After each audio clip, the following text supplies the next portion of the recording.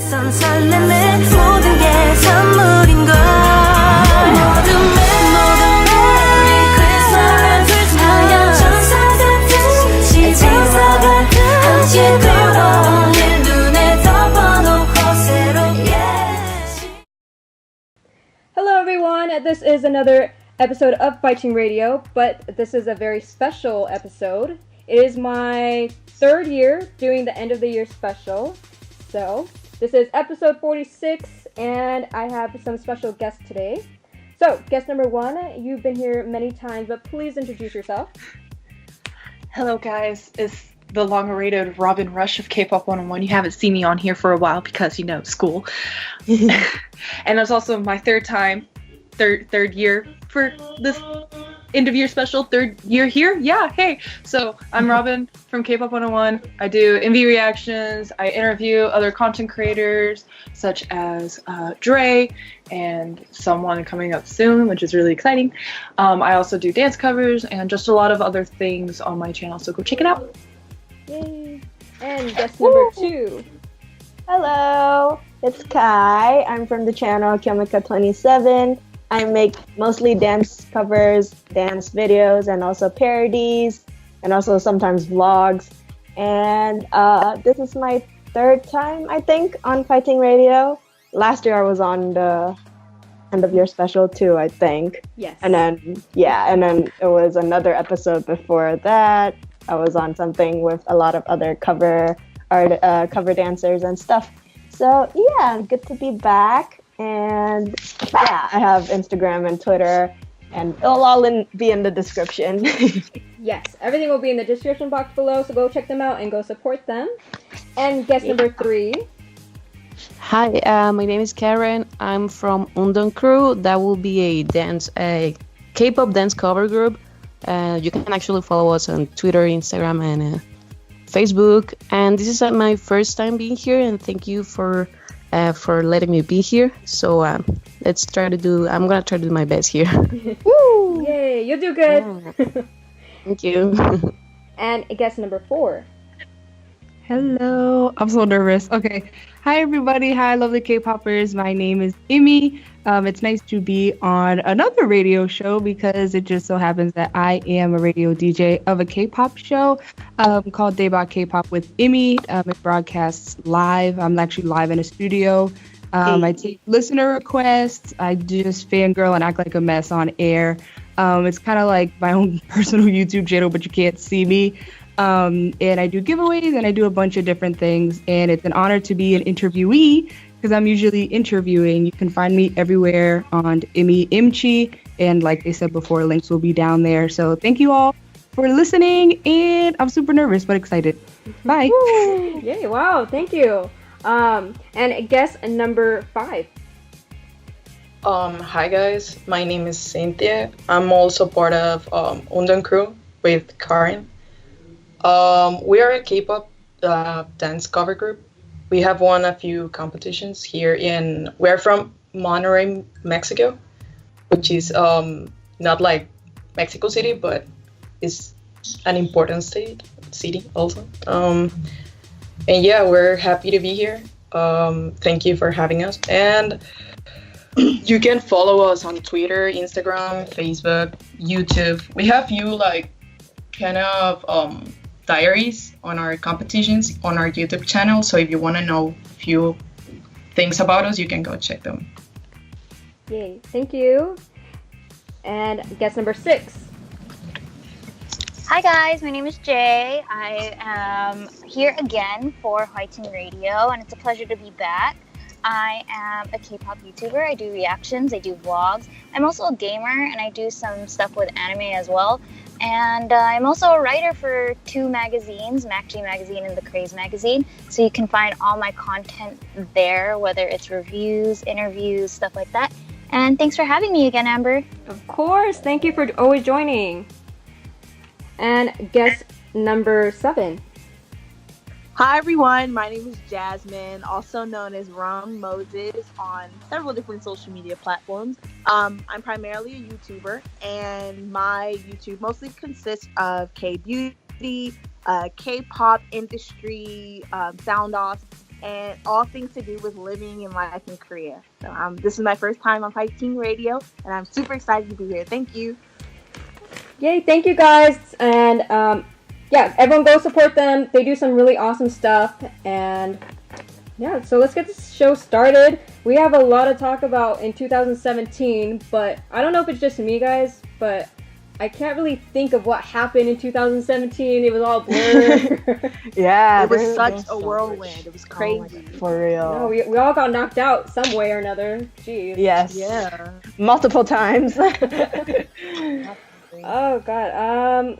Well, why don't we do the like kind of hard question, but not like a sad thing? So I'm gonna go backwards. So guess number 7. What was your best comeback or debut of 2017? Oh man. So lately I've been absolutely obsessed with NCT. If you look at my Twitter, it's just in them entirely. So I think the Cherry Bomb comeback was absolutely my favorite comeback of the entire year. Everything about it was incredible. The styling. It's a very modern genre of music that I'm not used to hearing SM do. One that I identify with completely. So I'm gonna have to say that was my favorite. Nice. Yes, I love Cherry Bomb. Freaking amazing. All right, guess number 6. Yes. What is your best comeback and debut of 2017? God, who debuted this year? There's so many. I know. I mean, I guess in terms of debut, I'm not the biggest fan of them, but I'm fairly impressed. 101 has to be the biggest debut this year because they're really, really tearing up the game right now. And I mean, their songs are just really, really good, and you can see why they're so popular and why they're such a beloved group, even though they just debuted. So that one has left the biggest impression on me. And I think my favorite, like, best comeback, I may just be a little obsessed with it at the moment, but I really like 17's Clap comeback. Hey, yes. So, yeah, I really like those. I really enjoyed those a lot this year. Those are good choices as well. Oh my gosh. All right, so guess number 5. All right. For me, it's just a hard question. For debut, it should be either 101 or Golden Child. And yeah, because they're amazing. I love their dancing. And of course, they have Infinite's Seungyeol brother, which is Dale. He's the leader. Also, for comeback, I think I love Taemin's Move album. It's great. Yes. It has such a gender fluid vibe. I love it. Me too. You know, no one really mentioned about Golden Child. I wonder why. They're good, but Yeah, I think it's just mainly because they are not from a huge entertainment company, but they are great. I mean, their song could be a little bit better because it's kind of repetitive, but for now, it's still a good debut because it has a lot of bright energy, which they can totally pull up. right. So if you guys have not watched Golden Child, go ahead and watch it. They're pretty good, and I can't wait to watch them grow. Maybe in 2018. Yeah, hopefully. All right, guess number 4. Okay, so I'm ridiculously biased, like disgustingly biased. So my favorite comeback of this year would have to be Monsta X, hands down, just because of the height that they reached at the end of this year. And it was their first full-length album that they had released in their first repackage. Their fan base has grown so large, as well as their album sales really, really kicked in this year.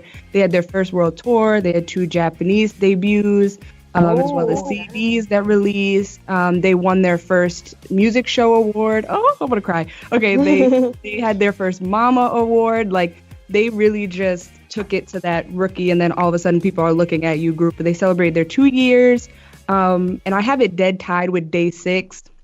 just because oh my I feel like they had a God. comeback every month and it was 2 songs. So like they did not leave my days thirsty whatsoever. It was the best oasis in the middle of a water park. Like that's what it felt like. Oh my God, So yes. That's I like a perfect completely description. completely enjoyed those 2. Those are my 2 bias groups. If I had to pick a girl group in there, because EXID did do something like 2 comebacks without their leader for a whole year. So they did their thing. They had a couple wins. They did some things in China. They got to go to their first KCON in KCON Mexico. So I try and root for the girl groups every now and then, and they are my number 1 girl group. Comeback. I mean, what was it? Rookie? For yes. Rookies, I want to say, even though they technically didn't debut yet, is Luna. They really caught eyes of like not just boys that are fans of K-pop. Like, you know how like a lot of girl groups, they obviously their main fan base is boys. So I think Luna is really gonna catch the attention of girls and like really get girls like on the K-pop girl group side. So I was really excited all this year for Luna and Ace. Oh my God, Ace! Please pay attention to them. I cannot wait for Ace to just slay. They're kind of doing their own concept. I love the shorts. I don't care what nobody says. So yeah, that's my longest answer ever. Okay. You speak very well. Oh my gosh. It's because I ramble with my faves. It happens. Wait, and is Ace who did that like cactus song or something? Yeah. Yes. Right? Oh, okay, Yes. okay. I like them. They're cool. Shortest shorts ever. Yeah. Those shirts were amazing. All right. So, guess number 3. Okay, so that will be me. I don't know if it counts as a comeback because I've been really excited with Card. And when Hola Hola first came out, I think that was their debut, right? Their official debut. Debut, yeah. It was. Because they had Oh Nana and All what's 3. it? Like, don't recall. Rumor, don't recall. Yeah. Yeah. So I've been really excited because I've always wanted to see I think it's called co-ed group, like a girl and boy group. So yeah, their songs are really catchy, and when Hola Hola was there, I mean the MV, I was really excited about it, and with them, I'm really happy for them. So yeah, I think that's my option, their Card. Nice. Yeah, that's my option too. I really love Card, and yeah, they did officially debut this year. Okay, yeah. Yeah, so they're doing good things, and their new song, what was it called? Oh my gosh. You and Me. You and Me. Yeah, You and Me. And then they did that special music video a couple days ago or yesterday. Oh yeah, Trust Me or Yeah. something like that. Yeah. So go check that out, everyone. Really good. And guess number 2. So, my favorite comeback this year, honestly, I loved every single Day6 comeback. So that's yes. And then also Taemin's Move comeback. It was so good. And I just love everything about SHINee. So I'm a hardcore Cheryl. So yeah, that was really fascinating. And like the gender fluid thing was really cool too. And then every single Red Velvet comeback was great. It was like a good year for Red Velvet. And then for debuts, I'd say Dreamcatcher and 101 for me. Those are really good. I forgot to mention Dreamcatcher. I totally agree. That's like a whole new wave of girl group too. Right? Yeah. Yes, I love Dreamcatcher. I'm glad they're back, because I used to like them when they were Minx. Oh yeah, Yeah. true. I heard a couple songs from them when they were in Minx. They're like the cutesy girl group stuff. And now they're back with like J-rock, but like K-pop style. Hey, I love that. That's pretty cool. Like a 360 change. That's Right? Yeah. But they did it right. So. For real. Guess number 1. Are you still awake? Girl, I hope you're ready, because I don't have just like a top favorite. I have a list. All right, we're ready. We're ready. Go. Okay, so for comeback, definitely, of course, number 1 would have to be Teen Top, because they did that. Number 2 would definitely be GOT7 with freaking Never Ever. I was not prepared. Number 3 is definitely 17, because like they did that both with Don't Wanna Cry and with Clap. Like, you know, True. that is a thing. And then we can't forget about the mysterious JJ Project, their comeback. Ooh. I was shook. True. It's been so long. And then lastly, for like comebacks, I'd also have to say 100% in Boyfriend, because I've been waiting for like 2 years for those precious children to come back. So I finally got what I wanted. And then for debut, oh girl. So definitely my top debut is my child, my son, Kim Samuel. No. I've been supporting that boy since 2012, so to see him finally debut makes me happy. And then next would be JBJ, because Kenta. Oh yeah, that song was so good. Yes. And then next would be a lot of people don't know these two groups, MXM and Top Secret. They just came out, like, I was really into MXM because I was cheering for Kim Dong-hyun and Im Young-min of MXM and Produce 101. And they made it to top 20. I was very proud of them. And then for Top Secret, I found them early January, and I've been bopping to She like it's nothing. And then they came out with Mind Control, and I was like, hello. So yeah, that's my list. Wow. She had time to make all those. Wait, I forgot Astro. Okay, I'm good. Oh, true, Astro. Oh my god. Okay, I'm good. I'm good now. Oh, my children. Yeah, honestly, Astro comebacks were really good this year. Okay, I'm gonna shut up now. Thank you, Robyn. No, those were good too. I kind of forgot some of those as well. Ugh. Yes. That's like such a long year. Like, stuff that you guys mentioned, some of them I'm like, didn't that come out like last year? But it all came out this year. I know, it's a little hard to remember, but we're doing good, guys. We're doing good. Good. Now, we have to go to the sad news, so... No. Alright, I know, I'm pretty sure most of us would say all of them, but if you had to choose one, this is your chance. Oh god. So, in 2017, we did lose a lot of groups. Yeah. So, what hurt you the most? So, guess number one. Go at it. Wait, what? Sorry, my sister was talking to me. Repeat it. Disbanded. That is... Wait, okay, well, there are people that, like, left, and then there are people that disbanded. I'm conflicted. Which one hurt you the most? Eljo leaving Teen Top. True. Yeah, it would be that one. Well, duh! He's the person who got me into Teen Top, like... Yeah. Aww. Well, he's doing okay, right? Well, I don't know Hopefully. at this point. Like, he's all over the place. My friend met him last night. Oh. What? And I'm triggered. Yeah, because he's doing a lot of musical stuff right now. Oh. So, he's, like, doing that. And, I mean, I'm happy for him, but what he kind of, like, they're, like, here's the thing with the Angel fandom. You guys know. Here we go. Robyn going to complain. Oh, God, here we go. So, with the Angel fandom, we're really chill.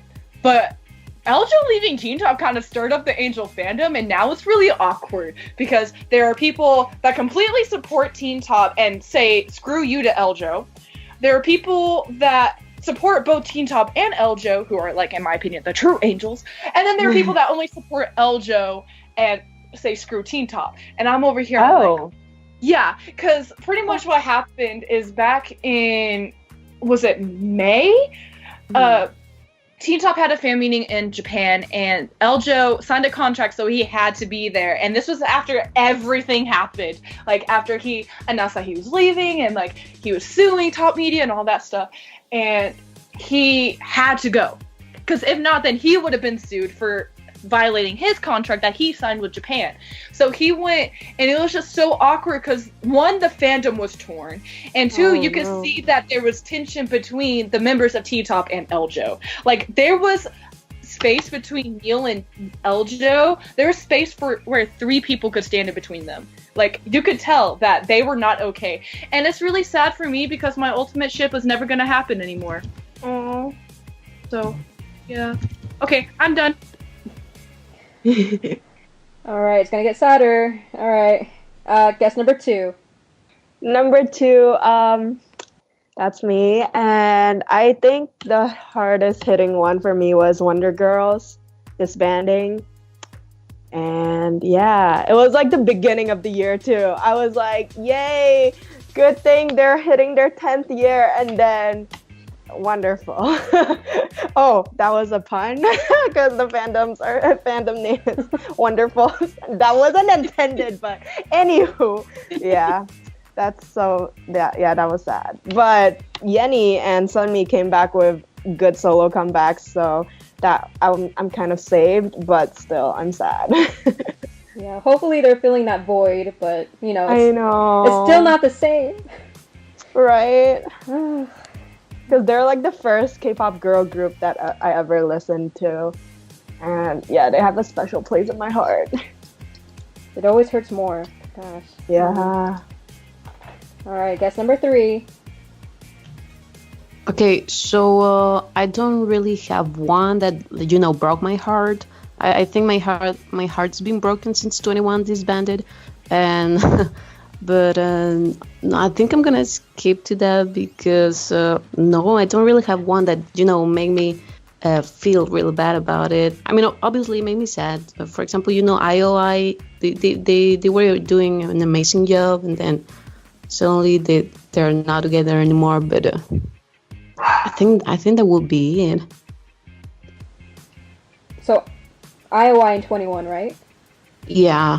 But, I'll go with them. I mean, relatable. After 21, everything is a blur. Yeah, I know. Oh gosh. Guess number 4. So I'm like fairly new to K-pop to the point. I can't say fairly new anymore. I'm like 2 years in. I think I'm the most baby on this chat right now. But all the groups that have disbanded, I know it's like a huge loss, and I feel for their fandom. But like it doesn't hit me as hard. That doesn't mean that I still don't appreciate what they've done and the legacy that they've left, and like the footprints of the masters, pretty much. But I think that just seeing like the fandom get really sad, or like the sad posts on Twitter, just those kind of things like beat me up, because I'm like, dang, like I'm sitting here like I don't want that to happen to me because I can't survive it. The only member that has ever left a group that I really like cared about and was in the fandom was Day6. Junhyuk left the group and now he's in the unit. No, honestly, scratch everything. That hurts me the most. Seeing him in the unit right now and knowing that Day6 really could have been Day6. Like now you want to be not even an idol. Like of course JYP has their contracts, but Day6 is held to different standards. They don't have the same contract as GOT7. Granted, the no dating contract is for everyone. Besides, what's that one? There's one solo artist that she didn't even know that JYP had a dating contract because she didn't have to sign it. I forget her name. Yerin? No, not her. Jimin? Beck Ayeon. Oh, Beck Ayeon. She's the only one in JYP ever that did not have to sign a contract that says she cannot date. So just the fact that Joohyuk now wants to be an idol when he couldn't follow the rules the first time, I just, it's just one of those like, come on, like Day6 could have really been Day6 with 6 members.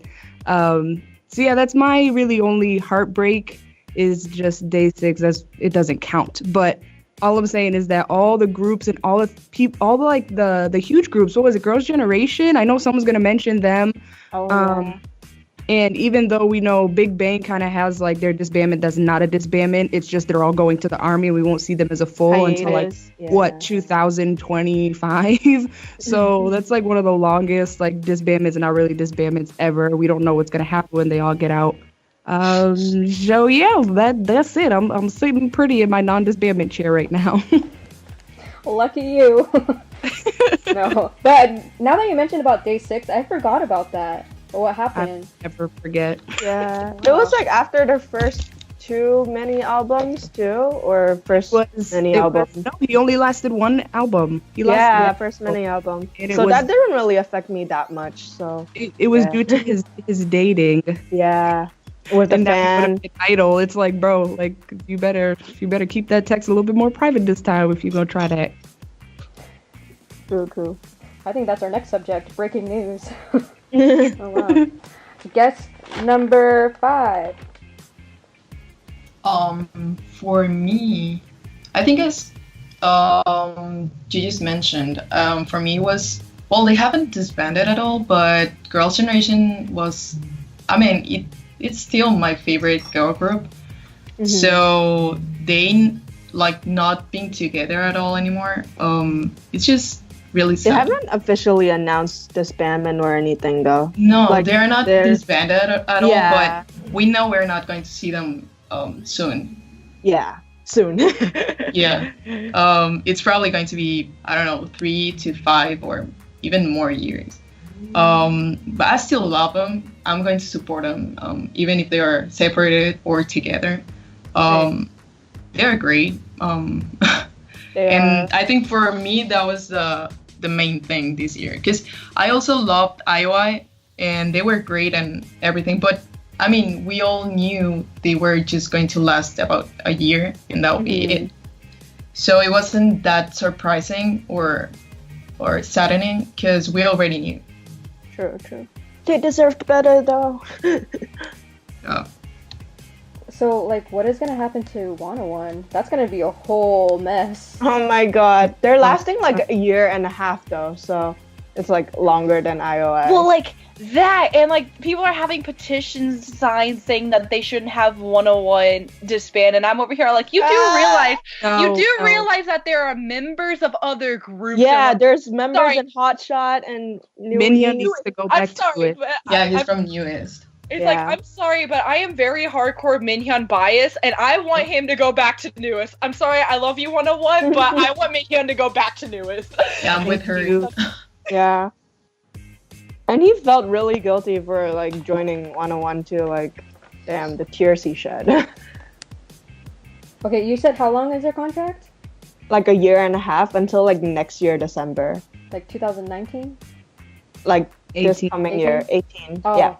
Alright, so we don't have to worry about it till then. But I don't know. A year from now. It's fine. It's okay. Just enjoy the moment. We just triggered everyone. But Yeah. guess number... What? 6. 6! I love you. And this is my last question because I really have to get going. Yes. But my biggest heartbreak this year, I've been a fan of them since they debuted, and my Star One heart is just breaking every single day. Sistar's disbandment broke me because Oh my god. this was my ultimate girl bias group. Oh, And I mean, I was lucky enough to see them live at KCON in 2015. Oh my god. And it's just like, now where are my summer queens at? Like, True. they're like, they just slay the summer comeback season. And it's so weird to know that it's not gonna happen next year, or there's no more Sistar left. And I mean, I really appreciate that all the members are like doing their own stuff and they're happy with what they're doing. It's just gonna be weird not seeing the four of them together anymore Yeah. as a group. I mean, their friendship is so strong. They still hang out with each other, and you know, they have dinners and everything. And I really like that they kept that bond. But it's like, this was my ultimate girl bias group, and I never thought they would disband for a while. And I was so heartbroken to see them disband. And I was just like, no, especially Bora is my ultimate girl bias. And I'm Oh my like, god. no. Yeah. Like, I mean, I love all the members, but it's just like, I felt like Bora and Dawson didn't get as much time as Soyu and Hyorin. And Yeah. it's just like, and so I always favored Bora a lot because it's like, oh my god. And so I was really sad when I found out that they were disbanding, and it's just like, all we can do is continue to support them. And I mean, Hyorin started her own label and she's making a comeback. Soyu is also making a comeback very soon. I don't know what Dawson and Bora are up to at the moment, but I mean, I'm actively keeping up with them, and I'm just I just wish that they'd make another comeback. Hopefully a reunion might happen. That's all we can hope for. And I'm like, come on, please, please. I miss Sistar. I listen to a song like from them at least once a day because I can't get enough. But to be fair, like that's how you end a group. You do a beautiful V Live, you do like a perfect medley on every single music show so all your fans can get a chance to see you. Exactly. Right. Exactly. I really appreciated how they did that. Exactly. They left on not bad terms. It was a very beautiful goodbye to not only their fans, but just to the whole Star Wars, like to everybody. It's like they knew that this was a powerhouse girl group, and they're like, we're leaving this behind, but it'll be okay because there's memories. You know, For sure. I definitely agree, and it was just they. I feel like if groups are going to disband, please follow in their footsteps and at least do this kind of thing where like you give one last gift to your fans by giving them not only one song but just a collection of performances like Immy said. And so that's pretty much it, and I'm sorry I can't stay long anymore. I really have to get going. It's okay. Thank you. Thank you so much for having me, everybody, and it's nice to meet you all and see some of you guys again. Love you. Bye. Bye. Jay, and Summers won't be the same. It won't be the same. No, it won't. It won't. Okay, go. I'll talk to you soon. Go Bye. Bye. So we're gonna start with guest number 7. So, same question, okay? All right. All right. So at the risk of sounding like an obsessed fan, I'm back to NCT again. But what upset me this year wasn't quite a disbandment, but hearing that Jihan Sol was no longer going to be debuting with NCT, which is how everyone thought he was, kind of sucked. And for me, it felt a little bit more personal because I've been following SM rookies for quite a while. Although I am Johnny biased, I still developed that attachment to the rest of the boys, and it sucked even more because I actually ran into Hansel outside of the SM Communications building about 4 months before they announced he was moving to J-Flow Entertainment. So that really sucks, and I wish he could have stayed with the guys, but I'm going to continue to support him in his new group and on the unit. So sucked, but it's okay. I'm glad at least he's still around. Oh yeah, he's doing well on the unit too. Yeah, he's so talented. Oh my god, I'm so proud of him. Yeah. Sucks. Speaking of the units, there's the unit and Mix 9. Are those like survival shows in a way? Yeah. Yeah. Okay. Yeah, the unit is more like Or flopped quote unquote groups. Yeah. Mix 9's kind of like that too, but then they have a bunch of other trainees, like 400 plus trainees. Yeah. And there's Stray Kids, which is JYP's show, which will debut the new boy group. I think Mix 9 and like Stray Kids, they have like more recent debuted groups. Because the unit have like older groups. Just gonna put that out there. Please don't get me started on the unit. I'm still waiting for like the all sub version to come out today. Don't get me started. I'm not okay. See, that's why I don't watch those shows. I don't either. I give up. I cannot do it. Ugh. But if you guys are watching it, let me know in the comments what you guys think about it. What do you guys think about it? Like, do you like these type of survival shows, or it breaks my heart just to see people go and they cry. Yeah. Like, I can't do it. I don't know. I think it's kind of like a little bit of a monopoly, if you will, and it kind of started with Produce 101 Season 2. I'm probably going to be the unpopular opinion on these topics, but my last show watching was No Mercy, which was the show that made Monsta X what they are. I can't go through it. It's too many emotions. And even then, like, for you to ride off of these children's, because that's what they are, they're children, even my age, like 22. I just turned 22 this Friday. Like, if I had my dreams, like, broken, I don't want it to be entertainment. It's just not okay. It puts everyone through anxiety. By the time you get to debut, like, there was a bunch of stuff that I read about Produce 101 Season 2, as well as all these other shows, and it becomes a monopoly, and I feel like K-pop is starting to become different in fandom culture as well as in Korea, because now you have these groups that aren't permanent. You're just going to support that one member now, so it's like the unity of a group is not what it's supposed to be anymore. You're supporting one member now. You're specifically biased towards one member. How is that gonna make the other members feel when you go to fan signs? You know what I'm saying? And then you gotta break off and follow 11 different groups. Example like 101, seeing when they debut, when they don't debut. Then you got other members in those groups, and a lot of Produce 101's, 101 specifically, a lot of 101's members are actually from companies from CJ and E&M. CJ and E&M is, you either hear CJ, E&M, or what is it, Leon Entertainment, I think it is, that will produce CD. Lowen. Okay, Lowen Entertainment. So CJ, E&M is obviously huge. That's, also Mnet is under that umbrella. Yeah. And like 3 of the members, Kang Daniel being one of them, which has been at the top, he's been at like the top rankings for male K-pop idols for pretty much the whole year since 101 debuted. They're all in different entertainment companies under CJ E&M. So who's getting the bigger cut here? It's not Kang Daniel, it's literally CJ E&M with the 3 companies that are under the huge umbrella of CJ and E&M.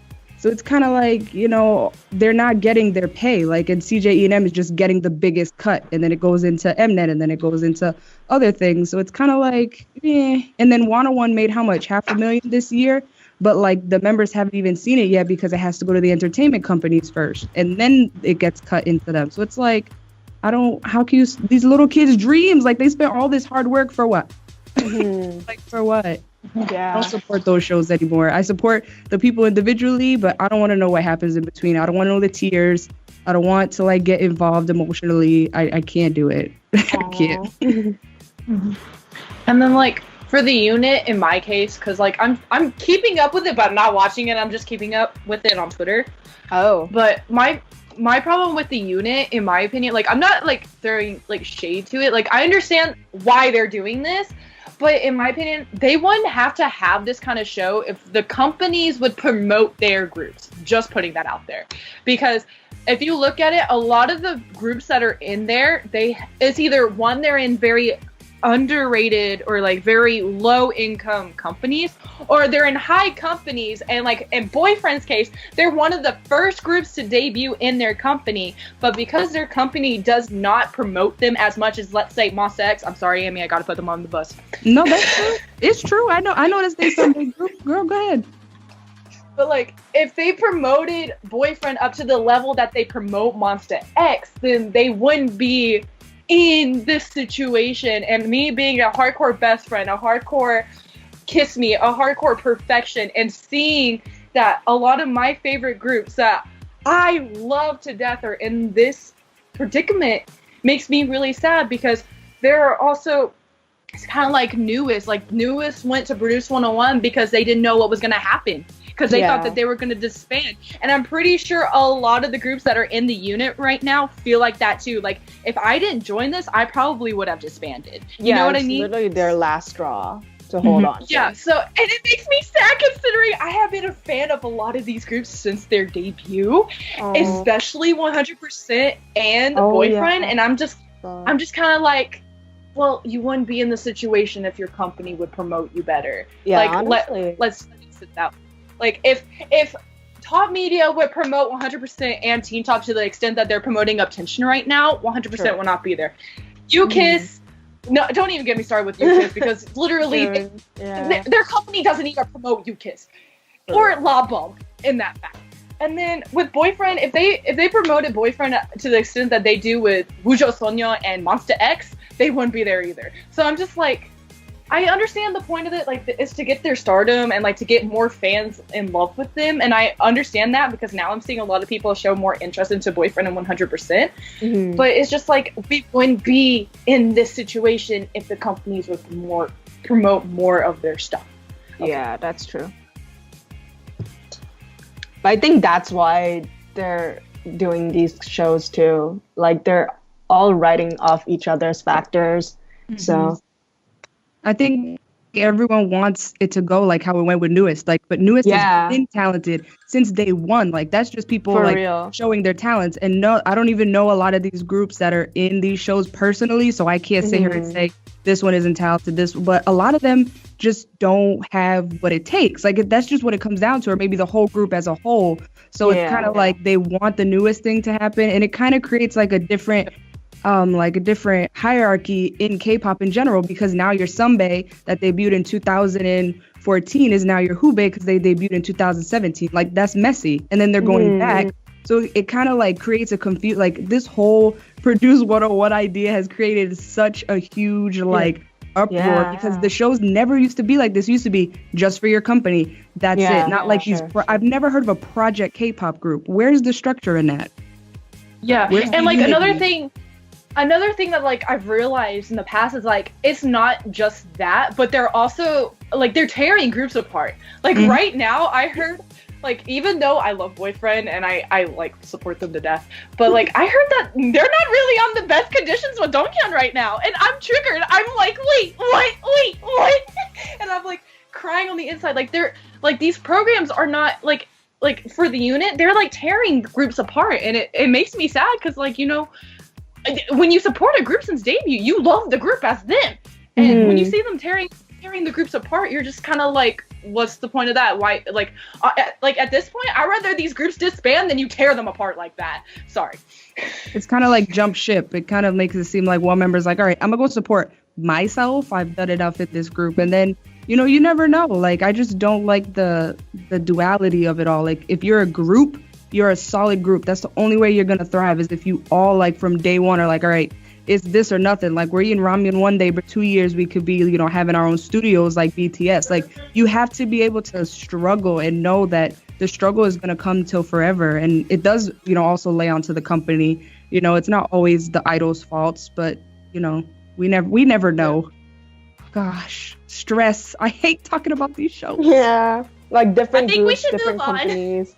They have like their own different integrities, so really depends. I vote that we move on.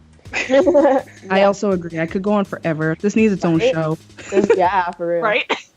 That'll be the next episode. Oh, gosh. No, this whole conversation gave me stress. That's why I don't watch it. Ugh. Yep, exactly. It's a love-hate thing, but yeah. Mostly, it's a good majority of hate than love. Wait, let me say one more thing though, because they are doing another Produce 101. Oh yeah, yes. Oh my god. With that Japanese group. Something? Yeah, with AKB48. Yeah. They're trying to make a Korean version of it. It's not, they're gonna like pull people like I think strictly from Korea this time, but they're trying to make like those big huge groups, but just in Korea. I'm like, but kind of NCT's already kind of like doing that. They're just trying to do it around the world, and they're already gonna kick butt. So it's like, sit down, Mnet. Sit down.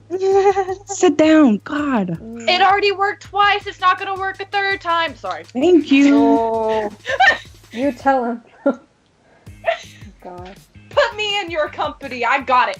Thank you. No, that's probably a bad idea. That's probably a bad idea. Both of us just show up at Mnet like, okay, so where's my PDNim like jacket? Let's go. We're gonna be like, okay, we're gonna make sure that these cameras show these members of Monster X and Teen Top so well. I'm dead. Well, hopefully after the new one that they do, they would stop these type of things, or make something that's better. Like what you guys said. You guys said it perfectly. All the stuff that you just said. All right, move on. Let's move on. Moving on to the next question, our last topic of the day. I know there's a lot more to talk about, but I have 2 other episodes to do. So, yeah.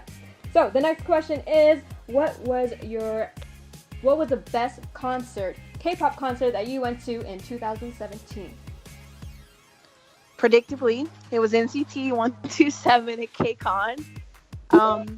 I was kind of playing it kind of risky because I knew they were playing KCON New York, and I'm in DC, so it would have made a lot more sense to go there. But I decided to take my chances and see if they were going to play LA, and they did. LA is kind of the one I always go to. It was an incredible experience. That was actually my first time cosplaying, and I cosplayed as Limitless Johnny, which was a lot of fun. And honestly, it was everything I could have hoped for. Seeing them in person was extremely exciting.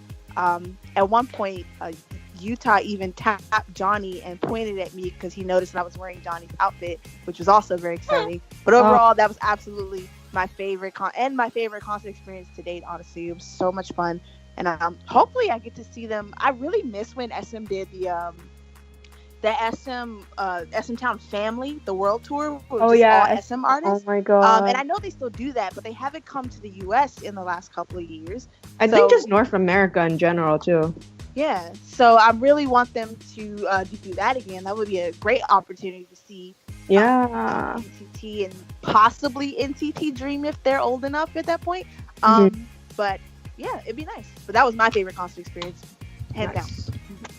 Yes, I was there too. Yay, and they were good. I love them. Oh, yeah, they were. Guess number 5.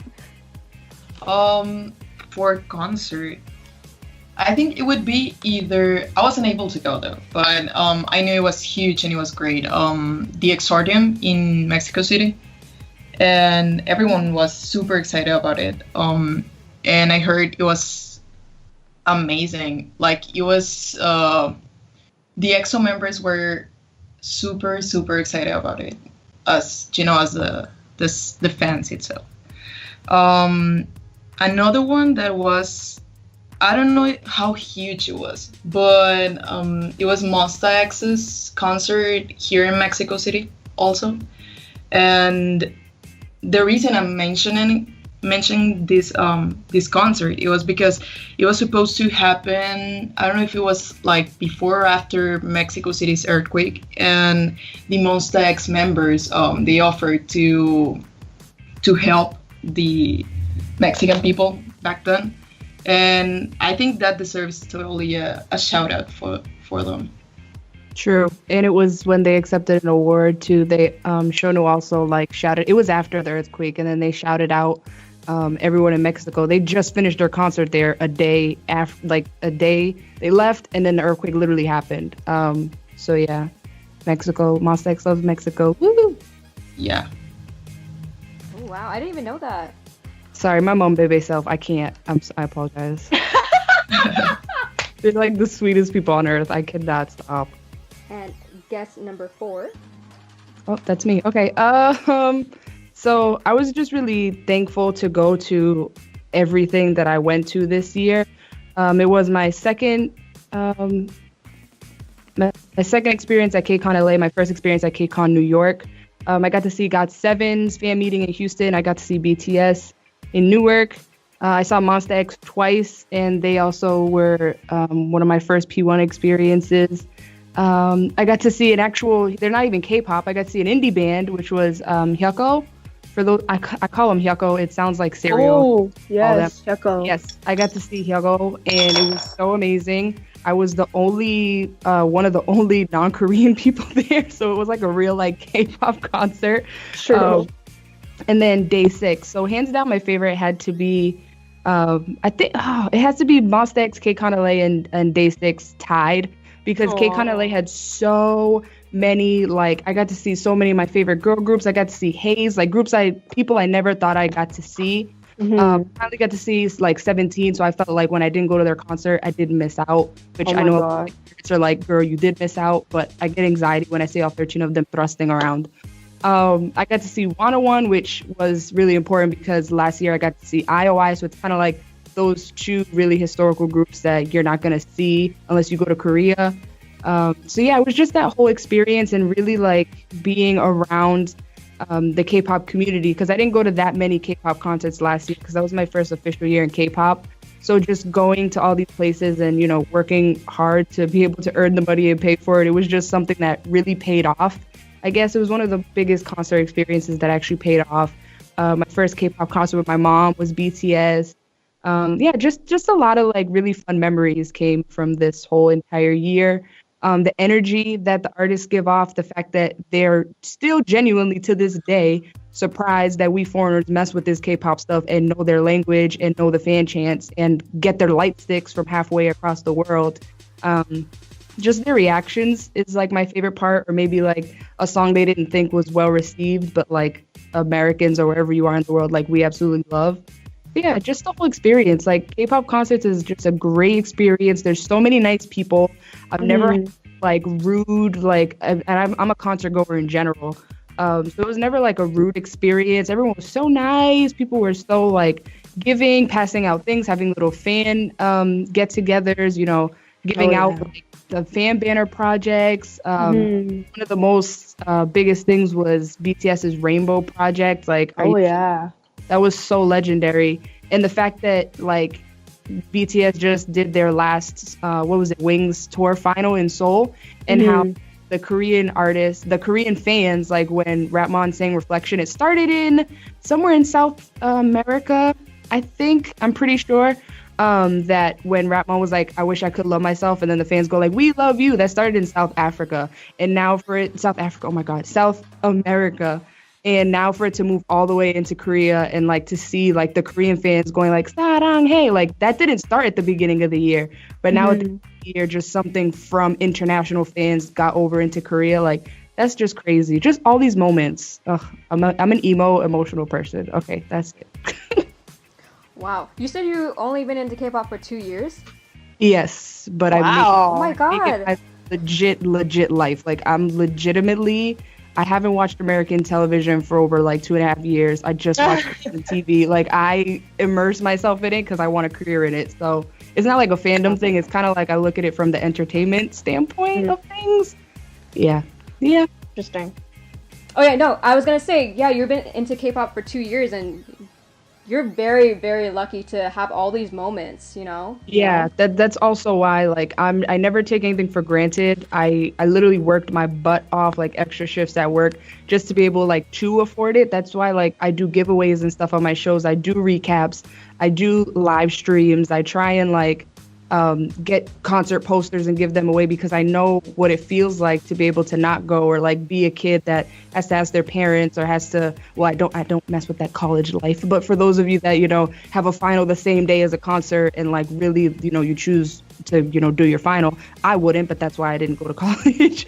My priorities are just music always. So like, I appreciate live music and the reactions of artists that like get their payoff. So yeah, I'm very thankful to see like all the legends like Super Junior, Kim Tae-woo was there. I got to see NCT 127 3 times this year. Once at their Brooklyn mini thing that no one knew about. Like it was a very at the Apple Store, was it? Yes, I was there. It was a very like thing. I was very thankful for this whole entire year. Nice. Wow, you're awesome. I really like you. Oh, I like you too. Is this Jasmine? Hi, girl. Yeah. Hi. I like you more. Oh, hey, girl. I like everybody on here. Oh my god, I just love meeting K-pop people all the time. Like, it's just such an amazing experience because we're all like-minded people, and then you find other stuff that you like, you know. So right, that's and why we're all like chill, like all the real people that aren't like 14 behind their computer on Twitter, you know, talking about like choke me, Jimin, like those people. Like, those are the other people that are kind of like, okay, this is a little too far. If that's what you like, that's what you like, but don't put it everywhere. And I find out you're 12, like, please sit down. Yeah. True. Yeah. When I first met Immy, I will never forget this. Immy, remember this? We go down now. Literally, like, it was the first time we ever met each other, like, in, what was it, a Bingsu place in Koreatown, LA, like, jamming to EXO. And then all of a sudden, I'm like, it's in my vlog, luckily, but like all of a sudden you just hear us go, we go down now. Yeah, like, I literally like love anybody that likes K-pop. I like like-minded people. It was so funny. Like, be my friend forever, please. And see, this is why I do this show. See? I like you guys.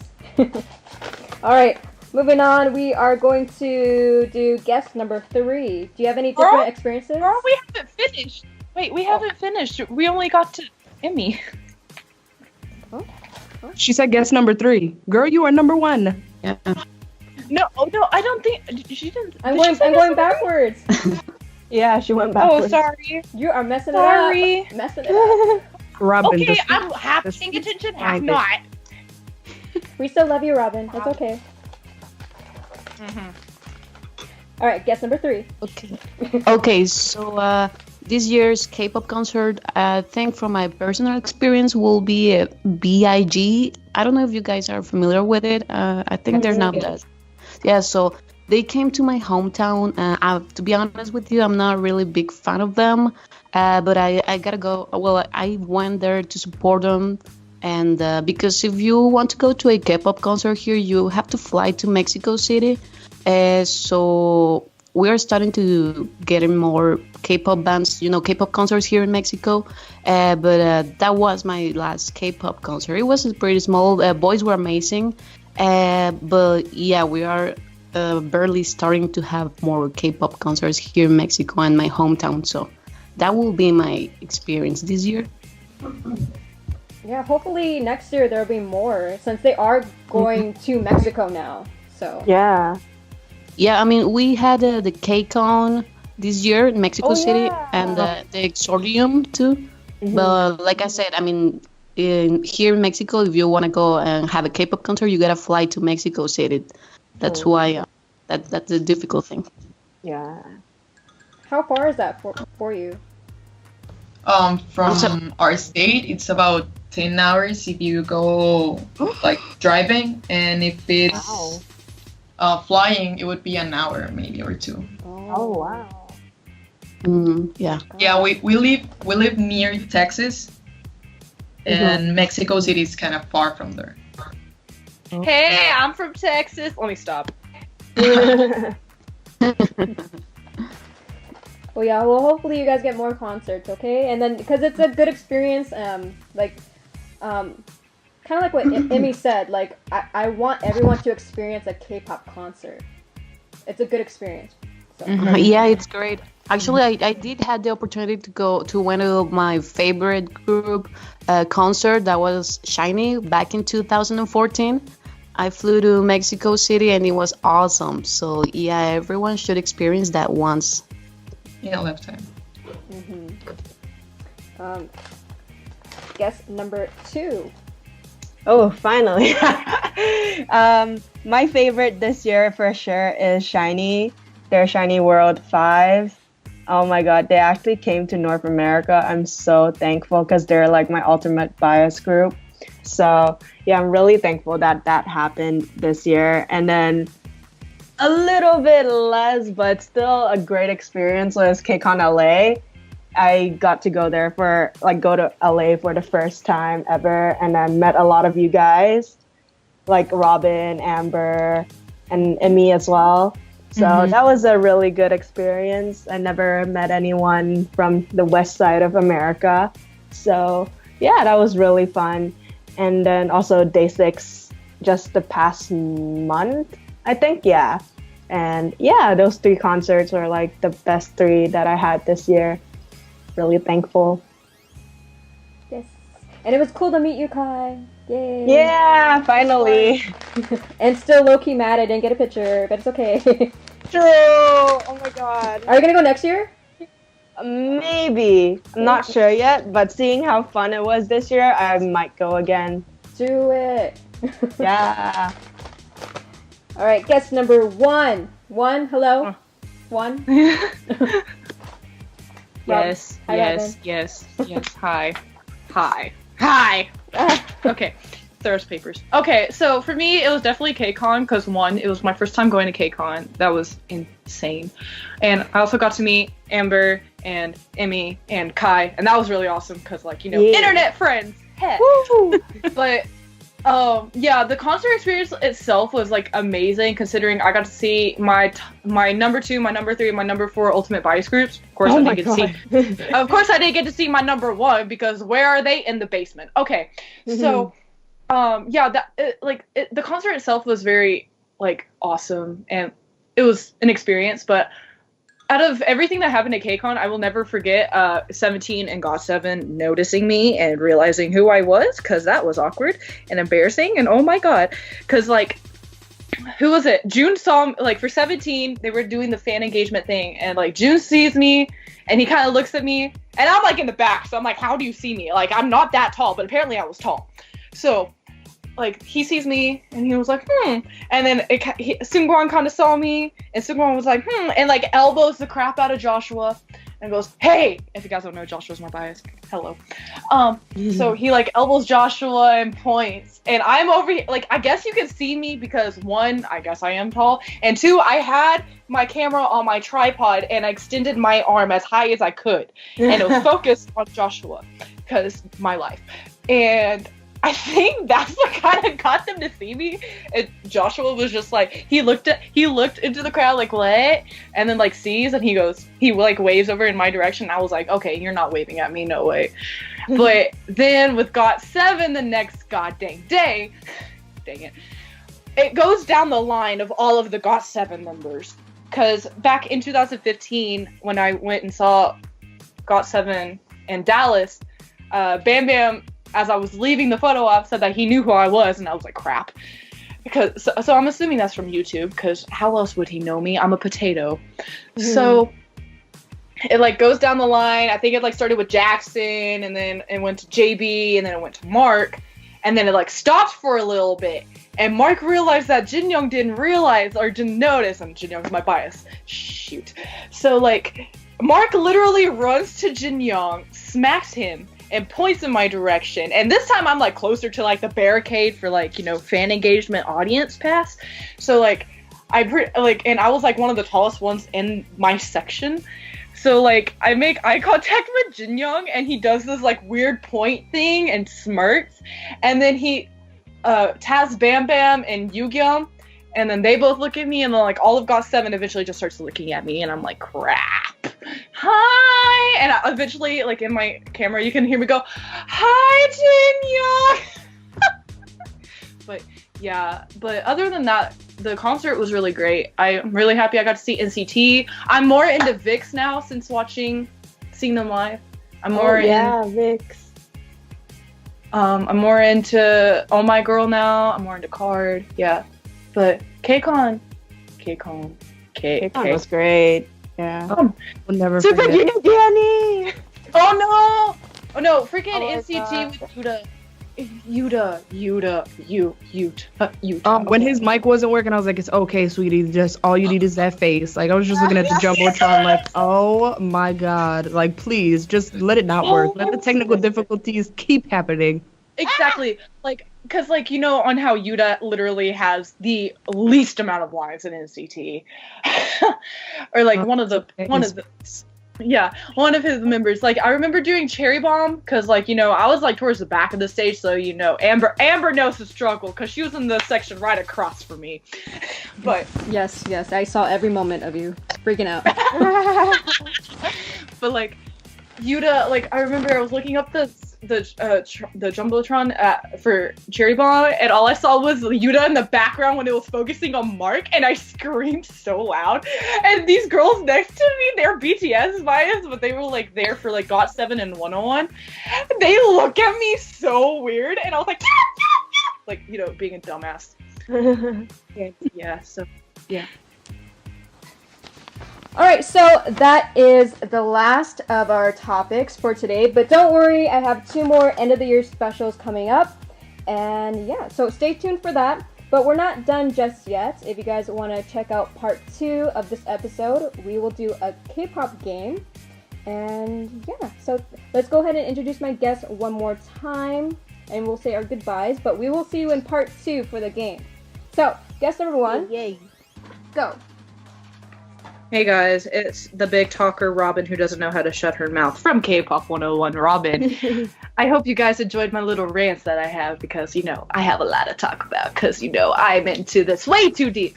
And you guys, please be sure to go check out my Vlogmas episodes, but probably by the time this is up, that's probably already over. I don't know. But please go check out my Vlogmas. Please go check out my MV reactions and dance covers and anything else I decide to upload. And if you actually really do go check it out, I'm sorry. Let me apologize on my behalf of the trashiness you are about to see on my channel. Bye, guys. Nothing will be linked at the description box below. Nothing. That's what you get. Alright, moving on. Guest number 2.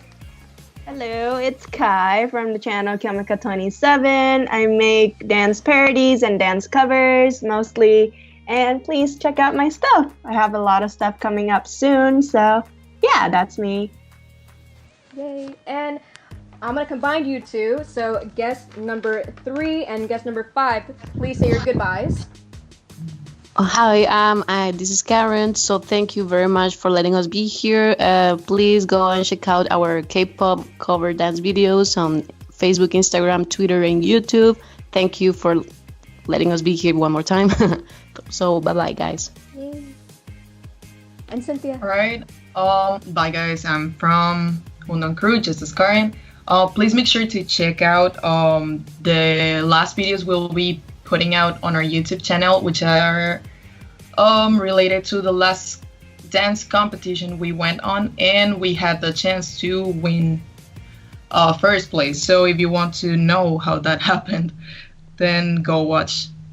And thank you for having us, and please keep watching Hwaitingradio. Yay, thank you. And what did you guys cover for your dance? For our last competition, we were on a hip hop level, just without like covering anything. But on our last cover competition, we won also first place with Ajunice from 17.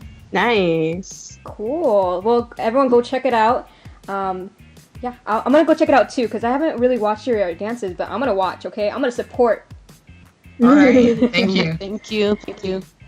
All right, so guest number 4. Okay, bye everybody. Thank you so much for listening to this episode. I want to thank Amber for inviting me on. This is actually one of my first ever appearances on a different radio show. So it's different as well as kind of it feels similar. But I do appreciate her supporting. We've been following each other since the start of my show in May of 2016.